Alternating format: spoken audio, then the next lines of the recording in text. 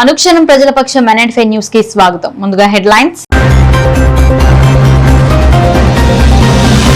మరో 12 గంటల్లో తేలనున్న రాజకీయ పార్టీల భవితవ్యం. గెలుపు మాది అంటే మాది అంటూ ఊహల్లో తేలాడుతున్న ప్రముఖ పార్టీల నేతలు.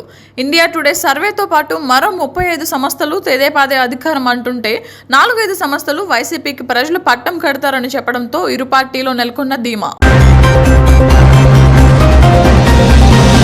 ఎన్నికల కౌంటింగ్ సందర్భంగా పోలీస్ నియమాలను అతిక్రమిస్తే కఠిన చర్యలు తప్పవు హెచ్చరించిన రాయచోటి డీఎస్పీ రామచంద్రరావు.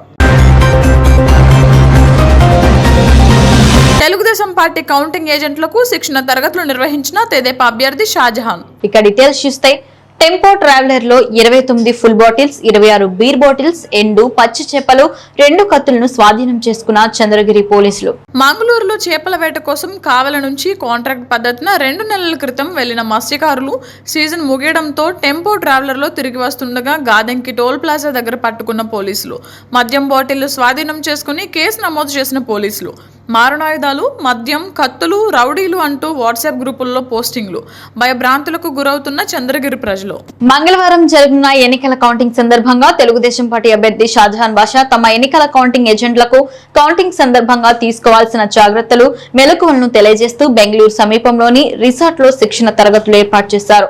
ఈ కార్యక్రమంలో తెలుగుదేశం కౌంటింగ్ ఏజెంట్లతో పాటు తెలుగుదేశం పార్టీ కార్యకర్తలు పాల్గొన్నారు. కౌంటింగ్ సందర్భంగా రాయచోటి పోలీసు వారు హెచ్చరికలు జారీ చేశారు.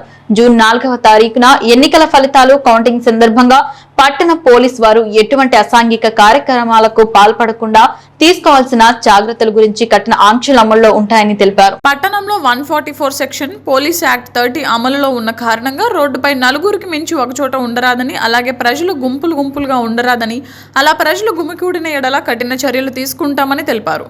కౌంటింగ్ కేంద్రాల వద్దకు కేవలం అనుమతి కలిగిన పాసులు కలిగిన వ్యక్తులను మాత్రమే అనుమతిస్తారని, బయట వ్యక్తులు గాని కొత్త వ్యక్తులను గాని అనుమతింపబడరని తెలియజేశారు. కౌంటింగ్ కేంద్రం చుట్టుపక్కల గల దుకాణాలు గాని అంగళ్లు గాని పూర్తిగా మూసివేయాలని తెలిపారు. కడప రింగ్ రోడ్ నుంచి వీరబల్లి రింగ్ రోడ్ మార్గ మధ్యంలో కేవలం పోలింగ్ సిబ్బంది, పోలింగ్ ఏజెంట్లు మరియు అనుమతి కలిగిన వ్యక్తులు మాత్రమే రావాలని విజ్ఞప్తి చేశారు. అలా కాదని ఈ మార్గంలో వచ్చుటకు ప్రయత్నం చేసిన ఎడల కఠిన చర్యలు ఉంటాయని తెలిపారు. ట్రాఫిక్ సమస్య తలెత్తకుండా పట్టణంలోకి ఎటువంటి వాహనాలు అనుమతించబడవని, కడప మదనపల్లి చిత్తూరు వాహన రాకపోకలు బైపాస్ మార్గం ద్వారా వెళ్లాలని తెలియజేశారు.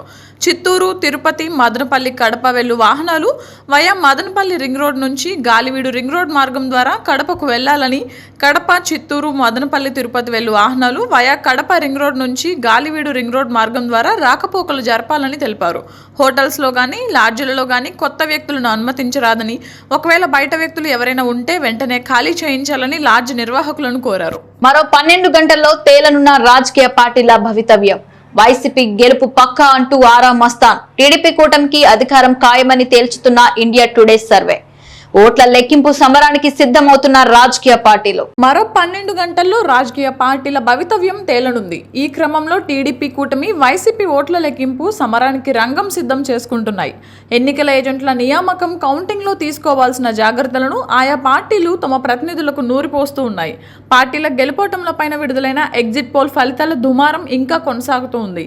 ఎన్నికల్లో గెలుపు తమదంటే తమదే అనే వాదనలు రాజకీయ పార్టీల క్రియాశీలక నేతల మధ్య కొనసాగుతోంది. వైసీపీ అధికారంలోకి వస్తుందని ప్రకటించిన ఆరా మస్తాన్ సర్వే ఆ పార్టీ తాలూకు శ్రేణుల్లో ఉత్సాహాన్ని నింపుతోంది.